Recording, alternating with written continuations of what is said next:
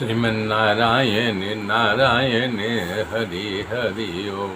श्रीमन्नारायण नारायण हरि हरि ओम। इस प्रकार से परम बैरागी विदुर जी तीर्थ यात्रा करते करते, भजन करते करते भारत के प्रधान तीर्थों में जहाँ पर ब्रह्मा श्री हरि विराजमान है, वहाँ विदुर जी गए। वेद व्यास भागवत में लिखते हैं, तीर्थाटन करते करते विदुर जी पवित्र और उत्तम वृत्ति निर्वाह करते थे। प्रत्येक तीर्थ में स्नान करते थे। शरीर का कोई श्रृंगार नहीं करते थे। एक लंगोटी पहन करके घूमते थे ताकि उनको कोई पहचान नहीं सके। इस प्रकार से तीर्थ यात्रा करते करते विदुर जी प्रभास तीर्थ यानी सौराष्ट्र में पहुंच गए। तब महाभारत का युद्ध समाप्त हो चुका था ब्राह्मणों के द्वारा, ऐसा उन्होंने सुना था। पांडव राजा बन गए थे, कौरवों का विनाश हो चुका था। इसका उल्लेख भागवत में है। इस प्रकार से सरस्वती नदी के किनारे आकर के स्नान किया। जहाँ भगवान का मंदिर था वहाँ जा कर के दर्शन करते, ऐसा करते करते सौराष्ट्र में आ गए। वहाँ सौबीर, मत्स्य, कुरुबंगल प्रदेश का भ्रमण करके यमुना के किनारे पहुँचे। वहाँ यमुना गोवर्धन का परिक्रमा की, यमुना में स्नान किया और जलपान किया, भाव विभोर हो गए। तब जहाँ भगवान बाल लीलाएँ किया तो वहाँ जा कर के रेती में लौटने लगे। उपवास करके विदुर जी का शरीर सूख चुका था। ये कथा भगवान जब सबधाम गए तब की है। प्रभु जी कृपा करके उद्धव जी की पादुका दिया था।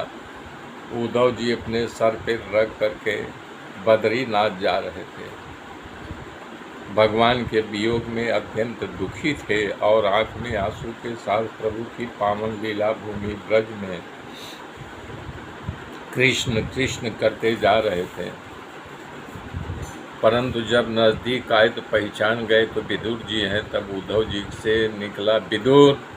विदुर जी को लगा मुझे कोई बुला रहा है, तो देखा कि उद्धव जी दौड़ते हुए उनकी ओर आ रहे हैं। दोनों मिल करके दौड़ के एक दूसरे के गले मिलते हैं। दोनों जब बैठे एक दूसरे का खबर अंतर पूछा। विदुर जी ने कहा, हे उद्धव, भगवान कृष्ण ब्रह्मा जी के कहने से पृथ्वी पर अवतार लिया है। पृथ्वी का भार उतारने के लिए आए हैं। भगवान वासुदेव जी घर में सब कुशल तो है न? हे प्यारे उद्धव जी, पुराण पुरुष बलराम जी और यादव के सेनापति वीर भूषण प्रदुम्न जी तो सकुशल है न? भगवान को प्राप्त करने के लिए रुक्मिणी ने ब्राह्मणों की कितनी सेवा और व्रत किया था। अपने पिता के समान शक्ति वाला जामवंती नंदन शाम आनंद पूर्वक द्वारका में निवास कर रहे हैं न? हे उद्धव जी, भगवान के पुत्र शाम पूर्ण पार्वती के गर्भ से कार्तिकेय स्वामी के रूप में जन्म लिया था। तब जामवंती को पुत्र न हुआ तो अनेक व्रत उपवास किया। तब शिव को पुत्र के रूप में शाम को प्राप्त किया। हे उद्धव जी, महान योगी और धर्मधारियों में श्रेष्ठ शास्त्र की कुशल सो है न? भगवान के शरणागत स्वफलक के पुत्र अपूर जी तो ठीक है न? देवकी जी, वसुदेव, उग्रसेन आदि सब लोग कुशल पूर्वक हैं न? हे उद्धव जी, अब तो पांडव राजा बन गए। धर्मराज उचित धर्म की मर्यादा का बराबर पालन कर रहे हैं न? नाग जैसे फुकार मारते भीमसेन का क्रोध शांत हुआ कि वैसे ही है।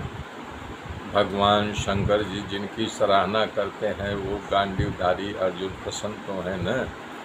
अब तो उनके सब दुश्मन बन गए।